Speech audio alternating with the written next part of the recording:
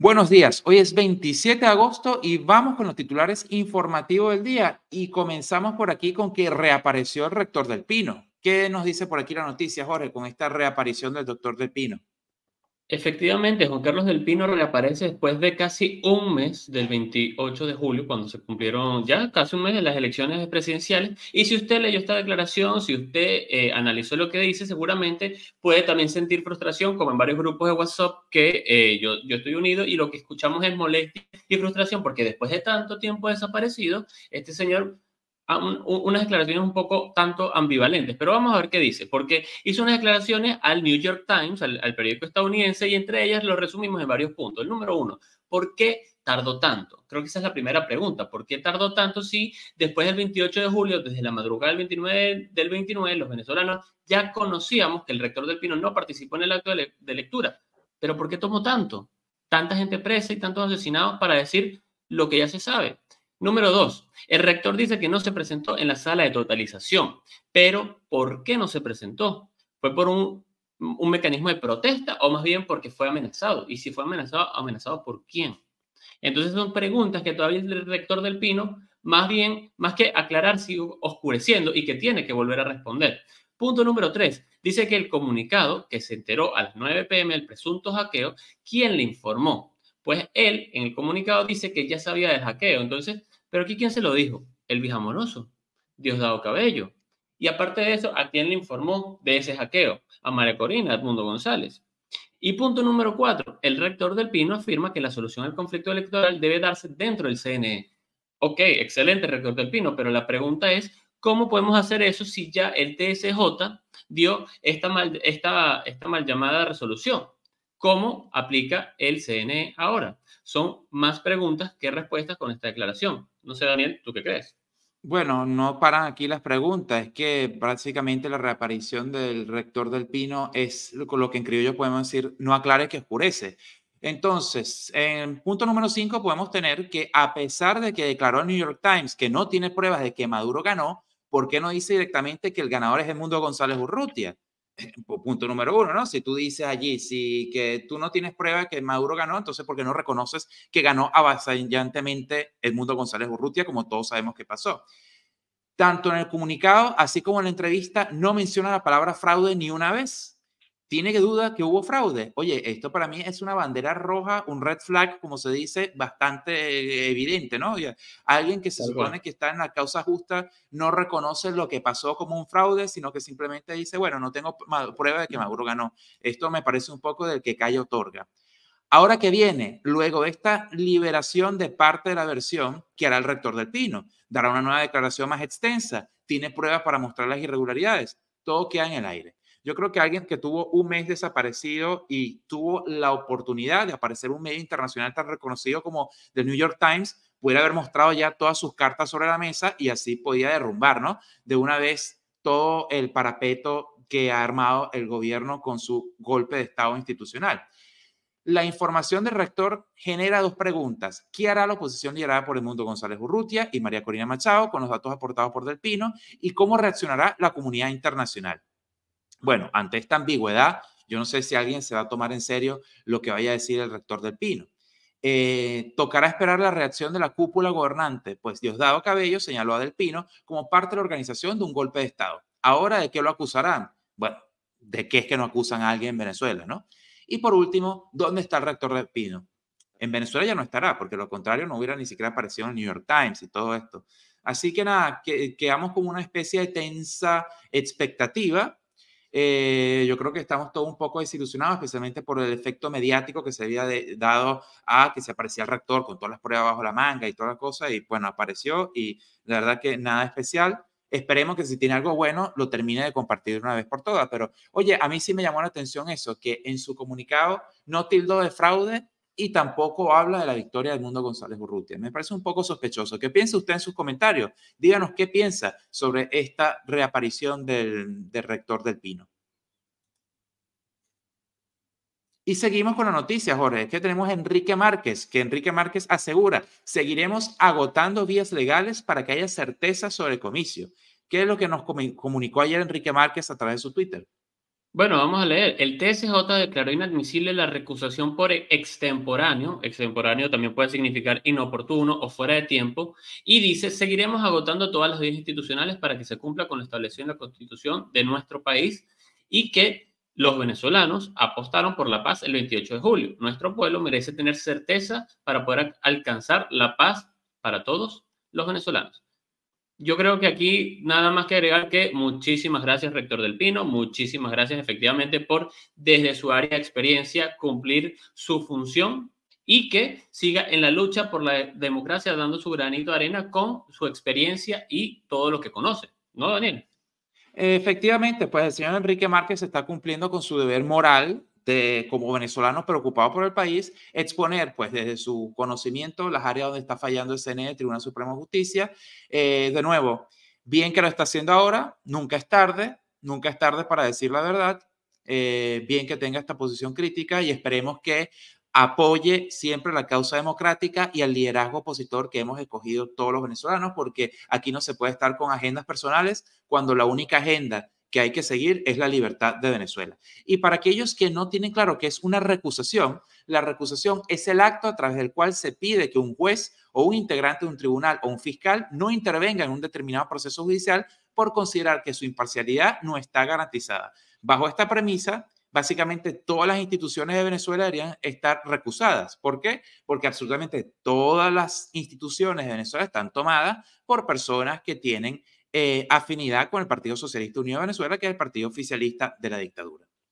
Así mismo es. Y yo, Daniel, nada más agregar que aparte del doctor Enrique Márquez, que ya lleva varias declaraciones en público defendiendo lo que los venezolanos de bien queremos, sería bueno también que Antonio Carri, aparte de la última declaración, que lo que hizo fue parecer un gallito de pelea, siga denunciando lo evidente como está haciendo el doctor Enrique Márquez. Así sería bueno que Antonio Carri siga luchando, defendiendo los intereses de los venezolanos de bien.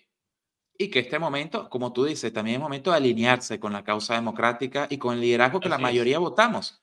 Porque ya el liderazgo está, eso es indiscutible. O sea, 7 de cada 10 venezolanos apoyaron al doctor Edmundo González Urrutia. Entonces, ese es el liderazgo que hay que apoyar siempre con la democracia, la verdad y la ley por delante. Así que esa Así es la es. invitación al señor Carri y al señor Márquez. Y seguimos con la noticia y ahora vamos con Infobae. ¿Dónde está el Vamos. sobre número uno? Que dice, esto reseña Sebastiana Abarrae. Exige a militares venezolanos presentar la prueba concluyente del fraude electoral del chavismo. Así es.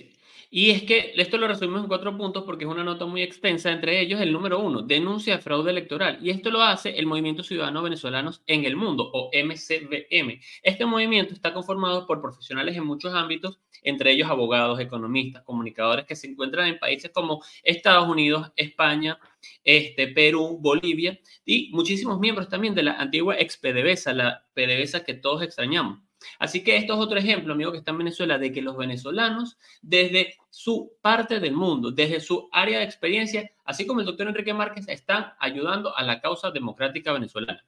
Y ellos acusan al régimen de Nicolás Maduro de cometer un autogolpe de Estado al declarar su victoria, efectivamente, sin pruebas, sin nada que respalde eso que ellos están diciendo, porque a la fecha, como ya hemos escuchado varias veces, ya tenemos una sentencia del TSJ, tenemos unos resultados del CNE, o tenemos una proclamación, pero no tenemos actas. No tenemos, ok, muéstrame los números. Y número dos, llamado a la Fuerza Armada Nacional. El movimiento insta a los militares venezolanos a respetar la Constitución y demanda la presentación del sobre número uno, un documento clave que contiene las actas originales de cada mesa electoral esenciales para verificar los resultados y garantizar la transparencia del proceso. Así que aquí es un llamado a las fuerzas militares. Sabemos que toda esta gente lo que está es corrompida por los dineros del narcotráfico y que en lugar de proteger la soberanía nacional, lo que hacen es disfrutar su dinero mal habido en Canaima, en Los Roques, pero el llamado está a cumplir la ley. Asimismo, el Movimiento Ciudadano Venezolanos en el Mundo condena la sentencia del Tribunal Supremo de Injusticia que ratificó la victoria de el bigotudo Maduro, calificándola de inconstitucional y como un acto que ignora la voluntad popular expresada en las urnas, lo que constituye una violación de los derechos democráticos. Asimismo, el mismo grupo destaca la solidaridad de la comunidad internacional y la respuesta masiva a los venezolanos en extranjeros, quienes se han manifestado en defensa de la democracia y contra las violaciones de derechos humanos en Venezuela. Este movimiento enfatiza que la lucha por la restitución de la democracia debe continuar, apelando a los mecanismos de resistencia constitucional. Y es que efectivamente el problema de Venezuela trasciende nuestra frontera y hay que recordar que hoy en día los 8 millones de venezolanos que estamos fuera del país, podemos bien constituir un país fuera de nuestra frontera. Y es por tanto que todos tenemos que ser artífices y tenemos que ser canales para que se difunda la información que está pasando en Venezuela y todas las injusticias y atropellos que comete la dictadura diariamente. Así que buenísimo que existe este grupo de venezolanos, de ciudadanos venezolanos en el mundo, para recordar que la tarea de todos nosotros es compartida. Y ahora seguimos con Juan Pablo Guanipa, que habla de que Maduro llevará a Venezuela a una segunda ola migratoria. Básicamente, palabras más, palabras menos. Esto fue lo que dijo Juan Pablo Guanipa, que la crisis y lo que quiere el dictador es básicamente que los venezolanos dejemos vacío el país. Pero vamos a ver lo que ya estaba pasando ayer, 26 de agosto, en la frontera de Venezuela con Brasil. Bueno, amigos, como les estaba diciendo, el lunes 26 de agosto, bueno, tiene que... La documentación está al día, se está haciendo la documentación, el flujo migratorio continúa, se está haciendo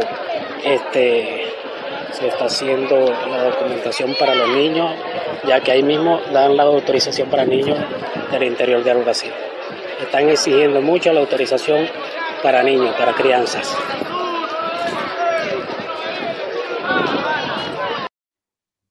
Lamentable, despreciable y efectivamente es el resultado de esas políticas tibias y complacientes con la dictadura venezolana. Así que Luis Ignacio Lula da Silva, aguántese porque esto es el resultado de sus acciones. Resultado de las acciones incompetentes de un gobierno como el suyo, de nuevo, totalmente inhumano, porque apoyar a una dictadura no tiene nada de bueno. Y ahora pasamos a Carabobo, donde 150 jóvenes detenidos por protestas postelectorales fueron trasladados a la cárcel Fénix, que se encuentra ya en Tocuyito. Ayer habíamos reseñado cómo en el estado Anzoátegui se había hecho lo mismo, pues eso es lo que sigue siendo la dictadura, encarcelando, torturando y forzando la detención de jóvenes que en muchos casos son menores de edad. Y vamos a leer los testimonios.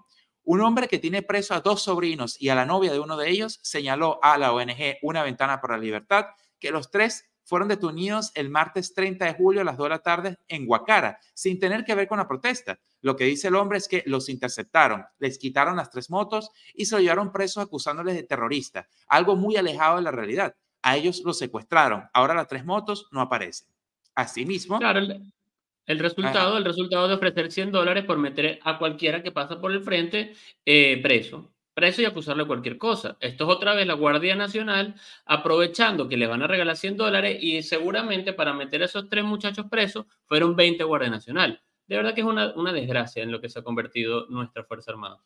O como reseñamos ayer también en Panaquire, que en Estado Miranda, que pasó exactamente lo mismo. 2 jóvenes venían a trabajar en su conuco, porque lo que eran agricultores de cacao y café, y básicamente los detuvieron, nada, gente que venía de su trabajo y los metieron, y los querían meter presos por terrorismo, y afortunadamente la gente de Panaquire valientemente logró su liberación. Pero asimismo, Una Ventana por la Libertad reseña también otro caso, el de un suegro que entrevistaron que decía que su yerno, reseña, él conducía su carro cuando varios vehículos le bloquearon el paso. Fue tanto el pánico que sintió que se desmayó, pero no contento con eso, le pusieron una bolsa en la cabeza y se lo llevaron preso. El carro de mi yerno no aparece por ningún lado.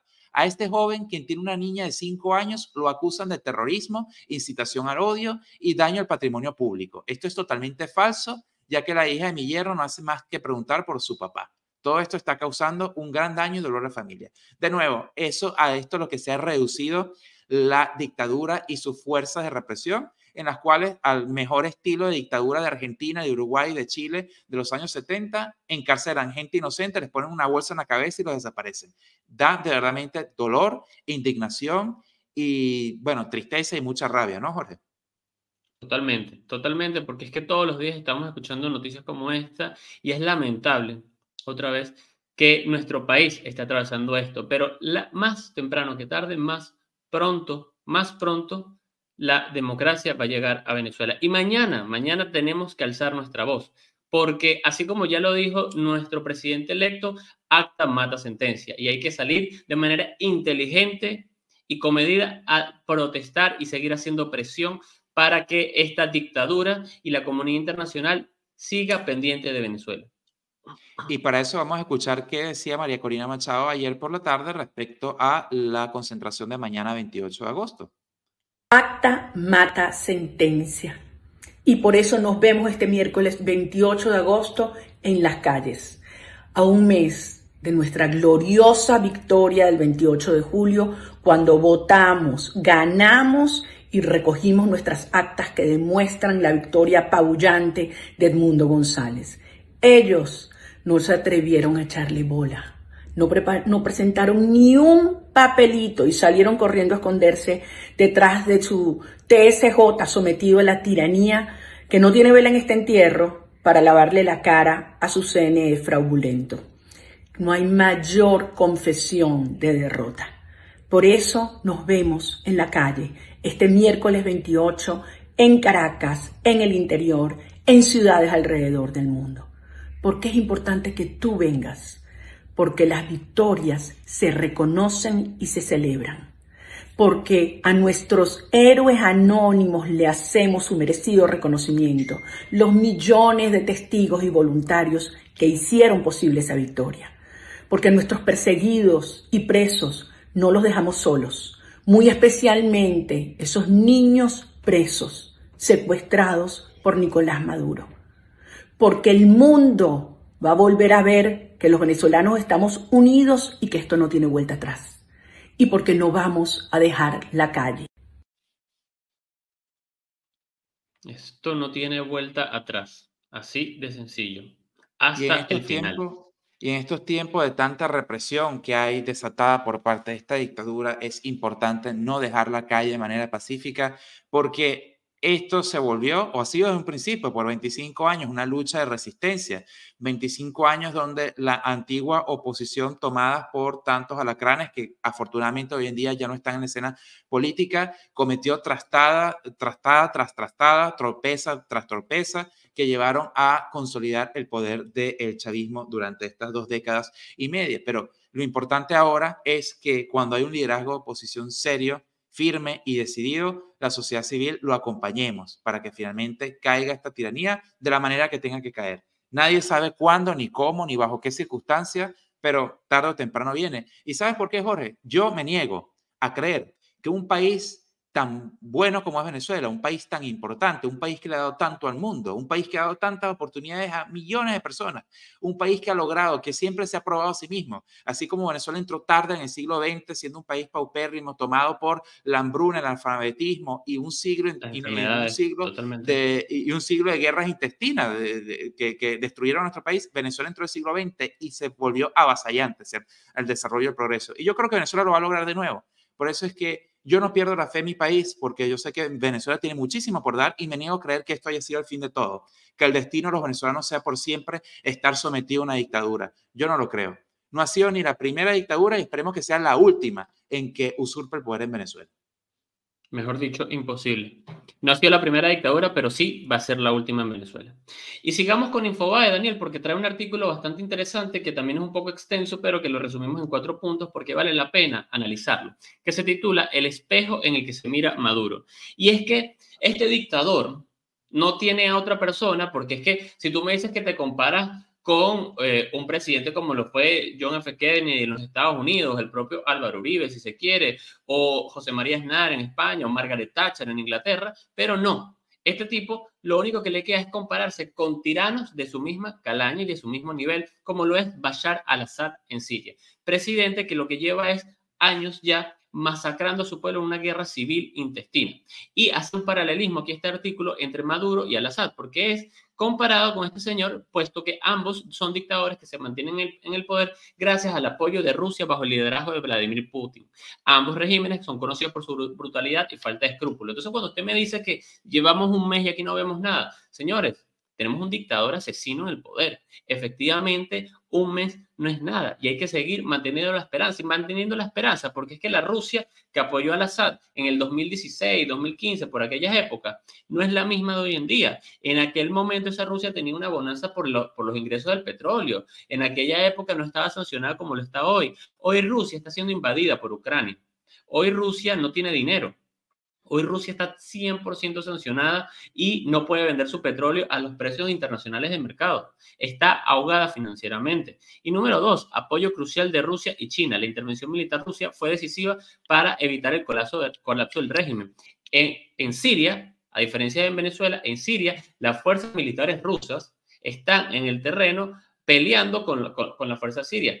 Aquí, en Venezuela, eso no ha ocurrido y no va a ocurrir tampoco porque estamos en el continente americano. Similar al apoyo que ha mantenido Maduro en el poder en Venezuela, pero de nuevo que no hay fuerzas militares rusas en Venezuela. China también ha jugado un papel estratégico en ambos países, fortaleciendo sus lazos con Siria y Venezuela. Efectivamente, pero China cada vez entiende que Venezuela es un aliado poco confiable y que le debe un rialero a Venezuela. Entonces, ¿qué va a hacer China? China está ahorita analizando, ¿será que le sigo prestando a esta gente plata o intento negociar con el presidente electo de Venezuela, Edmundo González, para ver si puedo recuperar algo que estos ladrones de la dictadura venezolana me han quitado y que no ha funcionado para nada? Mira, yo la verdad no sé qué pensar aquí, Jorge, porque chinos y rusos en este contexto, más que apegarse a lo moral, a lo ético o a lo lógico, que sería dejar de hacer negocios con una dictadura mala paga, ¿no? Como es la de Maduro, porque les encantan pedir crédito para después robarse el dinero de los fondos y no pagar la deuda atrás. Pues para Maduro es muy fácil, ¿no? Se roban el dinero de los créditos chinos y después dicen, bueno, les pagamos con el petróleo, pero resulta que el petróleo es de todos los venezolanos, no es de Maduro. Pero él utiliza el petróleo, el oro, el coltán, nuestras minas, todo para pagarle a los chinos lo que no ni siquiera es de él. Entonces es muy sabroso disfrutar de los reales pagando con los bienes ajenos, que en este caso son los bienes de la nación. Entonces, aquí no sé hasta qué punto China va a seguir, de pronto van a seguir porque es muy fácil para ellos, se dieron cuenta, bueno, el dictador no me paga, yo me agarro una mina, no me vuelve a pagar, yo me agarro tal cosa, no me paga. Entonces, básicamente los chinos se han apoderado de todo el país, ¿no? Y los rusos, con tal de llevarle la contraria a Occidente y expandir su maldad por todo el planeta Tierra, lo han hecho, así como pasó con Cuba y con todas las guerrillas que ellos financiaron a través de Cuba. Así que la maldad de estos dos gobiernos, como puede ser el ruso y el chino, no los pongo, nunca los dejo de socavar. Pero hay unos hechos importantes, que los venezolanos somos diferentes. Y esperemos que el caso venezolano termine siendo muy diferente. No sabemos ni cómo, ni cuándo, ni bajo qué circunstancias. De nuevo lo repito, porque es verdad que hay falsas expectativas muchas veces, pero capaz el caso sea diferente. Porque además, tanto Siria como Venezuela son regímenes que han provocado una crisis humanitaria severa, con millones de personas desplazadas debido a la guerra civil en Siria y el colapso económico en Venezuela. Recuerden que el éxodo migratorio venezolano ya es más que el sirio, porque el sirio iban como por los 6, 4 millones por el estilo, y Venezuela lleva 8. El vínculo sólido entre Maduro y al-Assad, a pesar que la crisis que han atravesado Maduro y al-Assad han mantenido una relación cercana y apoyo mutuo, marcada por visitas diplomáticas y gestos simbólicos. De nuevo, ¿con quién son los únicos apoyos que le quedan a Maduro? Pues básicamente el de China y Rusia. Pero el problema está en que mientras Siria afectó únicamente a la Unión Europea, porque la mayor cantidad de migrantes sirios fueron toda la Unión Europea y terminan en Alemania más que todo, en realidad la migración venezolana está afectando a toda la región. Estamos hablando que son 20 y pico de países en América Latina que han tenido que recibir flujos migratorios para los cuales no estaban preparados. No es lo mismo la Unión Europea buenista, llena de dinero, con infinitos recursos, asistencialismo de Estado, aceptando refugiados sirios, que una América Latina que sigue estando en vía de desarrollo, que tiene sus sistemas públicos colapsados, que tiene unos gastos públicos elevados, que no puede absorber la misma cantidad de migrantes como puede hacerlo la Unión Europea. Ya que en Europa vimos la falla en todo el sistema de inmigración y de aceptación y de asimilación de los inmigrantes, imagínate en América Latina. Entonces, para mí esa es la diferencia más grande que existe aquí. Y de nuevo, Maduro ha convertido a Venezuela en una especie de metástasis que va pudriendo todo a su alrededor. Y eso tarde o temprano va a terminar moviendo la voluntad de sus vecinos ideológicos y vecinos geográficos. Porque tú imagínate tener un mal vecino que te arroja inmigrantes por su propia crisis interna y para más colmo te arroja bandas delictivas y narcotráfico y contrabando. Así es, mejor dicho, imposible. Vamos, ¿qué pasará con el futuro? Esto es muy breve, es un artículo de opinión de Runrunes, lo pueden buscar y es básicamente hoy en día que tenemos tanta información, estamos todo el santo día leyendo qué está pasando en Venezuela, ese exceso de información, esa saturación de información, de malas noticias, porque efectivamente, como a veces ustedes dicen en los comentarios que ustedes traen nada más malas noticias, digo, bueno, mientras Venezuela siga siendo oprimida por una dictadura criminal que lo que hace es violar derechos humanos y libertades individuales de cada uno de los venezolanos, obviamente las noticias van a ser malas. Eso puede traer, o trae, mejor dicho, desesperanza, depresión y daño a la salud mental. Entonces, este artículo de opinión básicamente busca es qué hacer, cómo hacer para no morirnos de ese exceso de información. Y toca 2 puntos. La infoxicación y su impacto en la sociedad. La saturación de noticias, especialmente las malas, ha provocado un agotamiento en las personas, lo que afecta a su salud mental. El autor sugiere que la sobreexposición a la información puede generar desesperanza y depresión, comparado a una situación de un virus letal. Y por eso ellos dicen que hay que hacer una promoción del consumo moderado de noticias y cultura. Como respuesta a la infoxicación, el autor recomienda limitar el tiempo dedicado a las noticias y aprovecharlo para redescubrir clásicos literarios, películas, series, podcasts. Sugiere un enfoque más equilibrado en el consumo de información, promoviendo el humor y el entretenimiento con alternativas saludables. Esto no implica voy a taparme aquí como el monito del emoji de WhatsApp y no voy a ver la realidad, sino que lamentablemente la realidad cruda que vivimos en Venezuela la conocemos. Y dentro de ese nivel de tensión y estrés continuo, bueno, señores, hay que dedicarse con lo que se puede a cocinar, a y es que hay mucho acceso a información hoy en día, muchas opciones, incluso a pesar de todo y la censura en Venezuela. YouTube ha sido un medio que ha multiplicado el acceso a la información y por tanto el llamado es que usted se mantenga informado, escoja 1, 2, 3 canales de noticias o medios de comunicación y sígalos a ellos y ya está. Y el resto intenten mantener su mente distraída. No es fácil, pero el llamado es a eso porque esta lucha es hasta el final y nos va a tomar tiempo. Ya vimos cómo Pérez Jiménez tomó 3 meses sacar a ese dictador militar del poder. Igual nos puede pasar a nosotros. Y el llamado es a mantener la calma y evitar esa infoxicación, que es intoxicarnos por exceso de información. Y otra cosa, pero Jorge, dicho esto, el exceso de información, pero el exceso de desinformación que hay. Cada vez que les llega una cadena de WhatsApp que dice, última hora, tiembla el régimen, pasa tal cosa, señores, les doy seguro, no soy experto en esta estadística, pero de cada 10 noticias que usted recibe por WhatsApp, 8 son información de desinformación que manda el G2 cubano. Así que, por favor, no se deje llevar por esa histeria colectiva de lo que lee rápidamente por WhatsApp, porque dicen, esto lo manda súper confirmado, o esos audios que dice que es el primo, el hermano del yerno, del chofer, del primo, del otro yerno, del compadre de alguien de Miraflores. Vaya a la fuente principal, escoja los 3 canales que usted vaya a ver y únicamente así es. O si usted ve algo por WhatsApp, digo, antes de reenviarlo, déjame googlear. Oye, tal cosa, y ahí puede encontrar rápidamente si la noticia es falsa o verdadera. Así que sugerencia, ignórelo y vaya a fuentes confiables. Pero sigamos con la noticia porque contrapunto.com trae lo siguiente. Iván Gil, los países del ALBA TCP enviarán un mensaje contundente al mundo sobre Venezuela. El canciller de la República, después de despotricar en organismos como las Naciones Unidas, señaló que con la agenda de trabajo de la 11ª cumbre extraordinaria del ALBA se dirá que en Venezuela se respeta la dignidad, que Venezuela tiene una institucionalidad muy fuerte y una democracia muy sólida. Una democracia tan sólida que no respeta resultados electorales y unas instituciones tan fuertes que todos ya son miembros comprobados del partido de gobierno. Así que usted me dirá si el chiste se cuenta solo. Y el chiste se sigue contando solo porque dígame usted quiénes son los países que apoyan este tipo de declaraciones.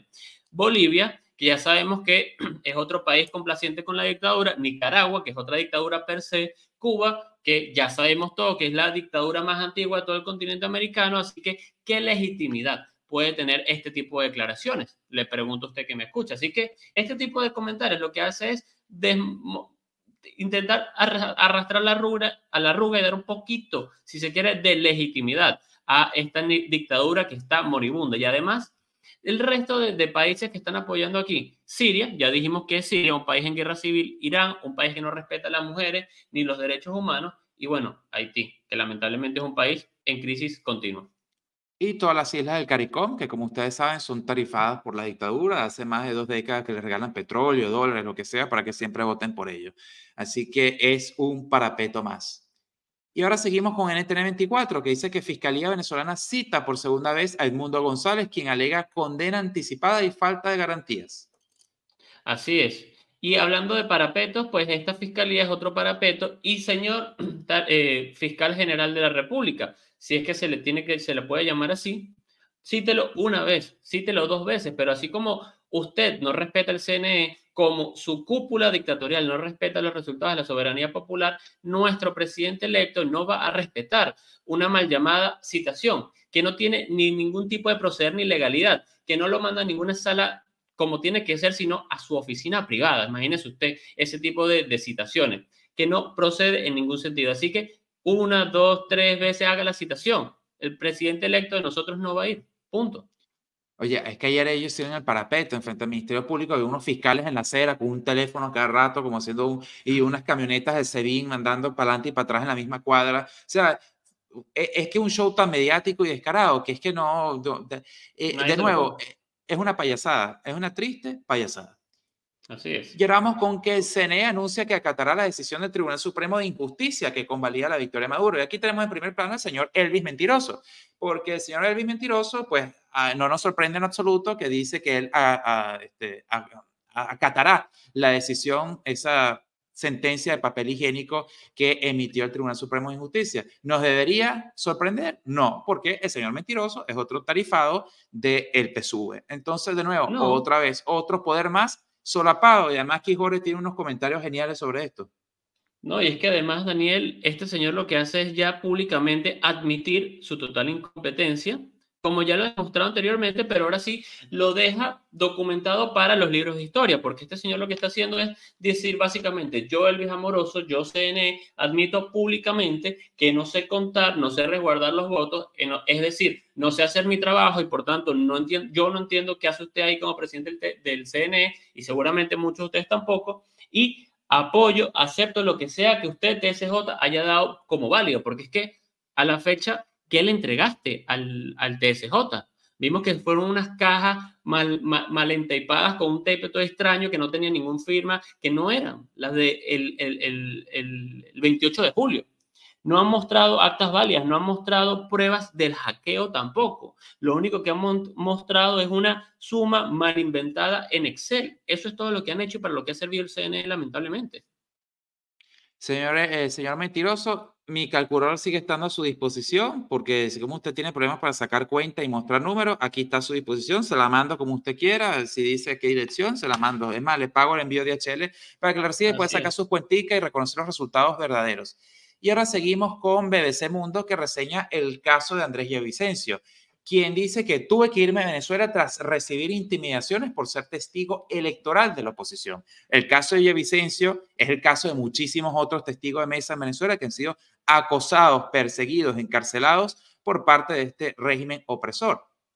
Así es. Y para todos aquellos que nos escuchan desde Paraguaná, que sabemos que la audiencia está cada vez más creciendo, este muchacho, bueno, joven de 30 años, así como nosotros, Instituto Educativo, fue testigo en el Instituto Educativo Paraguaná en el estado Falcón. Así que un gran saludo porque él se ha convertido en uno de esos héroes anónimos del 28 de julio que convalidó, apoyó, ayudó a que nuestro voto se verdaderamente defendiera y llevara al resultado victorioso de nuestro presidente electo, Edmundo González. Y en la nota se resume, o mejor dicho, habla de manera extensiva de lo que ocurre, pero nosotros lo resumimos en 3 puntos, puesto que luego de ser testigo, todo esto le pasó. Fue hostigamiento, recibió hostigamiento por fiscalización electoral. Andrés Villavicencio, un testigo electoral, cuenta que enfrentó intimidaciones tras denunciar irregularidades en las elecciones presidenciales de 2024, donde la oposición efectivamente resultó ganadora. No hay nada nuevo y lo mismo que él, muchísimos otros testigos vivieron. Además, sufrió persecución política, porque además de esto, malandros encapuchados estuvieron 1, 2, 3 noches en su casa, dando vueltas, parándose enfrente, preguntando por él, queriendo entrar a la casa, hasta que simplemente tuvo que huir, pues tenía miedo, efectivamente, por su vida. ¿Qué más dice la nota, Daniel?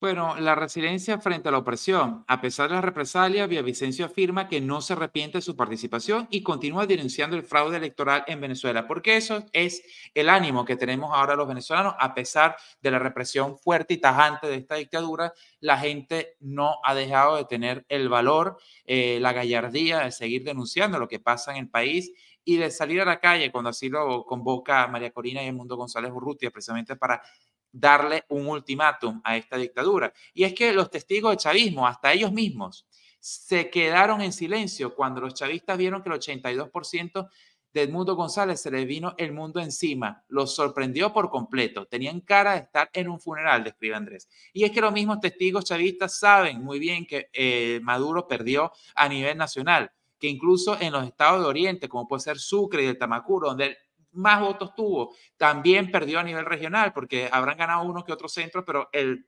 resultado total del estado es que el dictador perdió. Entonces, de nuevo, los mismos testigos, como muchísimos lo hicieron presentes después en comentarios, los mismos chavistas rajados de corazón, aquellos que de verdad creen en democracia, podamos decir, si es que es posible que alguien del PSUV crea en democracia, sí reconocieron que ellos perdieron ese 28 de julio. Así es.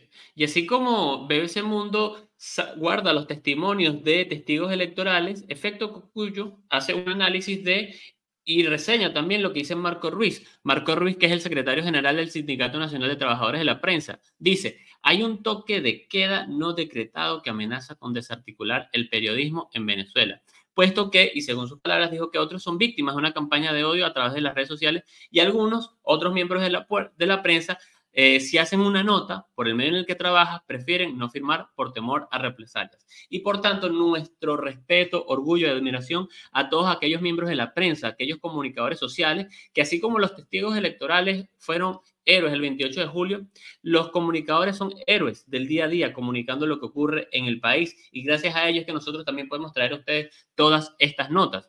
Y además hace alusión a Ana Carolina Guaita, que dice que la estarían usando como ficha de canje, además de puesto que ella cubrió el derribo de la estatua del expresidente Hugo Chávez en el estado Vargas. Y esto es otro elemento para su detención, y es que básicamente, si tú piensas distinto a mí, si yo reseño la verdad, si yo reseño el hecho tal y cual es, me meten preso. Porque esta gente, vamos a mostrar esta aquí un video, vive en una fantasía. Vamos a mostrar un video de realidad helicoide que explica extremadamente bien todo lo que está pasando con el caso de Ana Carolina Guaita. Más grave, la periodista Ana Guaita Barreto fue detenida el 20 de agosto, pero ser periodista no es el único motivo de su detención, y acá te cuento por qué. El día 20 de agosto, Ana Carolina Guaita Barreto fue sacada de su casa ubicada en El Rincón, Maiquetía, y trasladada a la sede de la Dirección de Seguridad de la Gobernación de La Guaira, donde el jefe de despacho, Andrés Goncalves, le dijo a su madre que liberaría a su hija si ella se entregaba. Una amenaza directa y un chantaje para su madre por tener una trayectoria política en el Estado. Ana Carolina Guaita es hija de dos grandes dirigentes estatales, el doctor Carlos Guaita y la ciudadana Xiomara Barreto, ambos del Partido Social Cristiano Copey, dos grandes luchadores de la democracia en el Estado de La Guaira. Esto es persecución política y una violación flagrante a su derecho a la libertad personal. Nadie debería ser encarcelado o perseguido por sus creencias y críticas a un gobierno violador de derechos humanos. La familia Guaita Barreto es víctima de Nicolás Maduro. La familia Guaita Barreto es víctima de un método de persecución nazi llamado Sippenhaft, traducido al español como responsabilidad familiar, que la Alemania nazi adaptó para castigar a los familiares del acusado principal. No te olvides que esto está pasando justo ahora en Venezuela. Ana Guaita Barreto es parte de los más de 1.500 detenidos desde el 28 de julio por la brutal represión del Estado. Exijamos justicia para todos los presos políticos. Bueno, excelente trabajo de realidad helicoide que resume muy bien, y la invitación es que lo sigan en Instagram porque ellos informan exactamente todo lo que está pasando en Venezuela, especialmente con estos casos de represión, tortura y detención. Y Jorge, fíjate tú, Venezuela está siendo pionera en el uso de inteligencia artificial para el tema noticioso, porque ya que los reporteros no pueden hablar públicamente por temor a hacer la persecución que van a enfrentar, con caracteres creados por inteligencia artificial, están transmitiendo las noticias. Son noticias verificadas porque vienen de todos estos medios digitales, simplemente que en lugar del reportero mostrar su cara y evitar que su identidad esté comprometida, entonces utilizan precisamente un carácter, ¿no? Creado por la inteligencia artificial. Entonces, hasta en lo malo, los venezolanos, y en lo bueno, los venezolanos nunca dejamos de ser pioneros en avance y de esa gran valentía que tenemos. Hasta en los momentos más oscuros, la genialidad de nosotros los venezolanos sigue resplandeciendo, y yo creo que con eso me quedo, y por eso sigo teniendo esperanza en este cambio y que nuestro presidente electo va a tomar posesión el 10 de enero del 2025. Y vamos aquí con el país de Uruguay, porque todo el mundo sigue hablando de Venezuela y aquí el país de Uruguay hace una reseña un poco irónica para decir, gobierno de Maduro agradece el respaldo de Irán y los líderes de la oposición celebran apoyo de Kamala Harris. Y lo traemos a colación puesto que ayer como reseñamos que Kamala Harris apoya a nuestro presidente electo, Edmundo González, a este señor, al dictador, simplemente le queda ser apoyado y reconocido por sus iguales, es decir, otros dictadores. Porque recordemos que Irán no es más que una otra dictadura islámica que lo que hace es, y es conocida por apoyar movimientos terroristas en todo Medio Oriente, además de que es un Estado represor que denigra a la mujer a un segundo lugar en toda la sociedad. Entonces, de verdad, vale de algo este tipo de reconocimientos. De verdad, la dictadura chavista agradece este tipo de apoyos. Bueno, o amigo chavista, ¿usted qué piensa? ¿Comparte ese tipo de pensamiento? Se lo dejo a usted y me gustaría escuchar sus comentarios. Y Oye, Jorge, además, que lo único que hace es, Daniel, darnos petróleo barato y malo. Porque container que recibimos, barco, buque que recibimos de gasolina de este país islámico, lo que hacemos es destruir al menos 3.000 carros del parque automotor que ya está totalmente destruido. Así que eso es todo lo que nos ha servido esta alianza con Irán. oye, Jorge, y adicionalmente a esta gente iraní, ayer el dictador de Nicaragua, Daniel Ortega, afirmó este lunes que si Venezuela se da alguna batalla para defender el chavismo, en Venezuela estaría dispuesto a enviar combatientes sandinistas al país. También arremetió contra los mandatarios de Brasil y Colombia, en especial contra el presidente Lula, y de quien se refirió como un arrastrado, y lo acusó de querer convertirse en un representante de yanquis en América Latina. Ustedes saben que entre Brasil y Nicaragua, entre Brasilia y Managua, prácticamente ahora hay un tira y encoge en los cuales estos otroras amigos están enfrentados desde el punto de vista ideológico, porque también Brasil ha sido crítico, ¿no?, en cuanto al tema de Nicaragua. Entonces aquí vemos otra vez la injerencia, porque a los chavistas les encanta hablar de la injerencia extranjera y todo lo demás. Aquí sale un guerrillero como es Daniel Ortega diciendo que estaría dispuesto a mandar sus tropas guerrilleras a intervenir en Venezuela, que de todas maneras, como ustedes saben, es público y notorio, todos esos vuelos nocturnos que están llegando desde Managua en los días posteriores al 28 de julio, trayendo pasajeros de dudosa procedencia. Entonces, de nuevo, fíjense ustedes cómo abiertamente Nicaragua está amenazando con su injerencia directa en un asunto venezolano. Pero después Bigotudo pide que ningún país se pronuncie y que ningún país asuma alguna posición o postura respecto a Venezuela. Bueno, la hipocresía que no sorprende a nadie. Lo que lamentablemente sigue sorprendiéndonos es lo que trae Infobae en su nota, puesto que el partido de María Corina, Vende Venezuela, denunció la detención del dirigente regional venezolano Luis Isturiz y su esposa.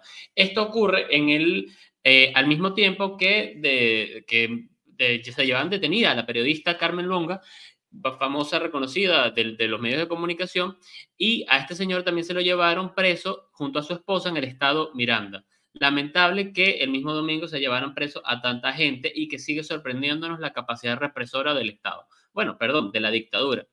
Aunque sabemos que esto sigue siendo $100 más para un grupito de guardias nacionales. Así es como lo ven.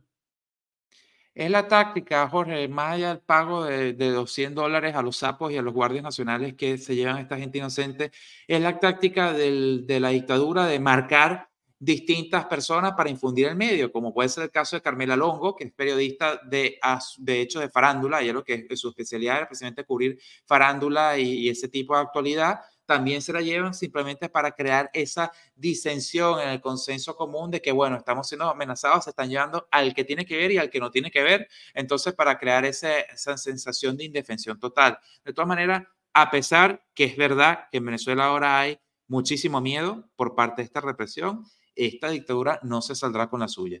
De nuevo, no sé cuándo, ni cómo, bajo qué circunstancias, pero no se saldrán con la suya, no esta vez.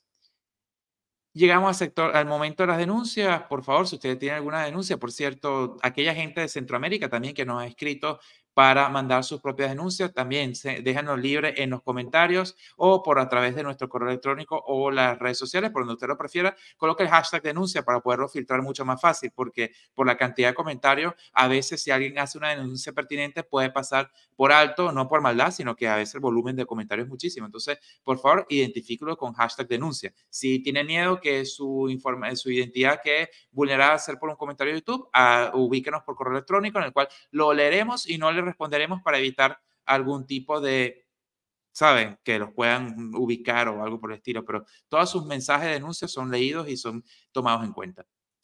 Así es. En pantalla tenemos a los diablos, a los verdaderos responsables del desastre, de la crisis que vive Venezuela. Falta el diablo mayor, que de hace rato ya está allá abajo en el infierno, pero todas estas personas que ustedes ven en pantalla son los principales responsables de la crisis y que harán marcado en la historia de Venezuela por siempre como los grandes artífices del mal de nuestro país. Porque ellos lo que hicieron fue escaparse del infierno y tarde o temprano para allá volverán. De alguna manera u otra, pero volverán de donde vinieron. Así es. Y aquí seguimos dando las cifras, lamentablemente no está actualizada, puesto que es otra muestra de que tanto Foro Penal como Provea y el resto de ONG que ayuda a familiares de presos políticos está sufriendo también persecución y les hace más difícil su trabajo. A la fecha 22 de agosto, 1.674 detenidos, de los cuales 107 son niños, jóvenes, adolescentes que no conocen otra cosa que esta dictadura en el poder, y casi 155 son militares y 216 son mujeres. Así que dejamos los números en pantalla como siempre para que si se encuentra en esta situación lamentable pueda tener algún tipo de ayuda de estas ONGs.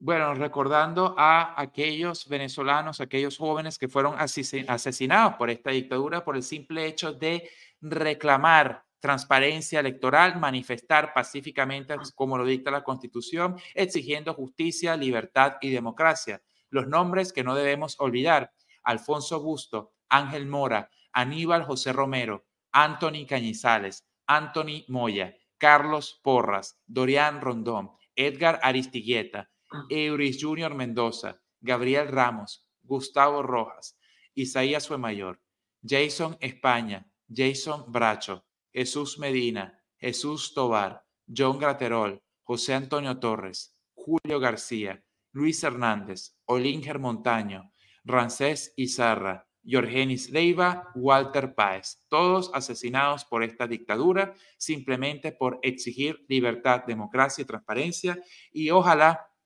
más pronto que tarde tengamos de nuevo una democracia donde más nunca nadie muera simplemente por exigir que se respeten sus derechos. Así es. Y traemos desde fuera opina porque seguimos escuchando sus comentarios. Y ayer que estábamos haciendo alusión y todos estos días a los consejos comunales y la poca utilidad que dan a la comunidad, una persona nos comenta, y lo peor de los consejos comunales es que ellos son personas hasta peor que uno, porque yo soy un señor peor que el chavismo, y que yo soy un señor de 61 años y trabajo por mi cuenta, soy costurero, y si fuera por esa pensión que me da esta dictadura, me muero de hambre. Mi vecina es jefe de calle y siempre se la pasa pidiendo prestado a uno, y como defiende a esa gente tan mala, no entiendo.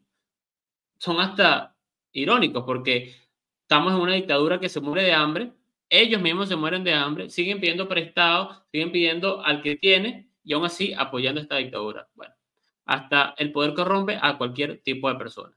Y aquí una denuncia. Fue arrestado el abogado Luis Guillermo Istúriz junto a su esposa por miembros del SEBIN el sábado en la madrugada en la población de Guarenas, Estado Miranda. Istúriz es secretario político del partido 20 Venezuela. Se lo llevaron a él y a su esposa y hasta el momento se desconocen las causas. Así que Luis Guillermo Istúriz y su esposa detenidos. Si alguien sabe alguna información de su paradero, por favor, comuníquenlo a nuestras redes sociales y nosotros le haremos llegar esa información a los familiares. Y llegamos, como siempre, al final del programa. Muchísimas gracias por llegar hasta acá. No sin antes despedirnos con la oración, porque la oración del día nos recuerda que hay que mantenernos unidos en esta fe. Y esta oración va, antes que todo, inspirada también en el Salmo 23, de un oyente que nos escucha recientemente y nos la recomendó. Y aquí quisiera leer rápidamente los versículos 1, 2 y el 6. Jehová es mi pastor, nada me faltará. En lugares de delicados pastos me hará descansar. junto a aguas de reposo me pastoreará. Ciertamente el bien y la misericordia me seguirán todos los días de mi vida, y en la casa de Jehová moraré por largos días. Esto dice la Biblia. La Biblia tiene un poder transformador. Y en estos momentos de tanta desesperanza, la Biblia es la fuente de esperanza para muchísimos. Y nuestra oración, que hoy tiene que ir por esas madres, esas hermanas, esas esposas de tanta gente detenida, de tantas mujeres que están sufriendo en esas cárceles por salir a protestar o siquiera salir a caminar, que sufren bastante. Oremos por todas esas mujeres en Venezuela. Señor, hoy elevamos nuestras voces en oración por las mujeres de nuestro país, por esas madres valientes que luchan cada día por alimentar y cuidar a sus hijos en medio de la adversidad. Te pedimos, Señor, que les dé fuerza y esperanza para seguir adelante, incluso cuando las circunstancias parecen imposibles. También oramos por las madres que sufren al tener a sus hijos presos injustamente, que encuentran en ti, Señor, el consuelo y la fortaleza para resistir, sabiendo que la justicia y la verdad prevalecerán. Y te pedimos especialmente por esas mujeres que están privadas de su libertad por soñar con un país mejor. Que no pierdan la fe ni la esperanza, Señor, y que sientan tu protección y amor en cada momento. Señor, te lo pedimos, bendice y protege a todas las mujeres de nuestra tierra, de toda nuestra América. Que su lucha y su esfuerzo sea reconocido y que pronto puedan ver el fruto de su esfuerzo en un país libre y justo. Te lo pedimos en el nombre del Padre, del Hijo, del Espíritu Santo. Amén. Amén, amén, amén. Y en los comentarios, amén por Venezuela libre y democrática. Recordando también a los presos que, aunque no estén todos en esta lista, porque lamentablemente, como ustedes vieron, la cifra de foro penal es un número que asciende cada día, recordar el caso de Ana Guaita Barreto, Ana Barreto, Robert Rico, Henry Salazar, y también recordando las atrocidades de esta dictadura, como es el caso de Elvis Cabarca, que fue un cura que fue detenido, sacerdote que fue detenido simplemente por rezar un rosario, o el caso de Mabel Meléndez, que fue detenida, también liberada afortunadamente, pero por hacer una maqueta de una tanqueta con las palabras de igualdad, libertad y democracia. Y ya llegamos al final del programa y cerramos con la caricatura del día de Edo Ilustrado, donde podemos ver al alto mando pues sometido a planes como el del Tren de Aragua, porque eso es lo que es esta dictadura, una dictadura que ampara a los delincuentes y que simplemente encarcela a los inocentes. Muchísimas gracias por acompañarnos el día de hoy. Si les gustó el contenido, por favor suscríbanse al canal, denle like y activen la campanita, déjenos sus comentarios, lo que piensan y nos veremos. No sabemos si mañana vamos a salir con una edición de titulares o si vamos a sacar un especial, una reflexión sobre la democracia, ya que mañana hay una cita con toda Venezuela, va a ser un día lleno de acontecimientos noticiosos y los venezolanos tienen que estar enfocados precisamente en acudir a esa convocatoria. De todas maneras, ya verán por las mañanas si estamos por una vía o por otra, pero igualmente vamos a publicar algo. Así que muchísimas gracias por su compañía y nos vemos.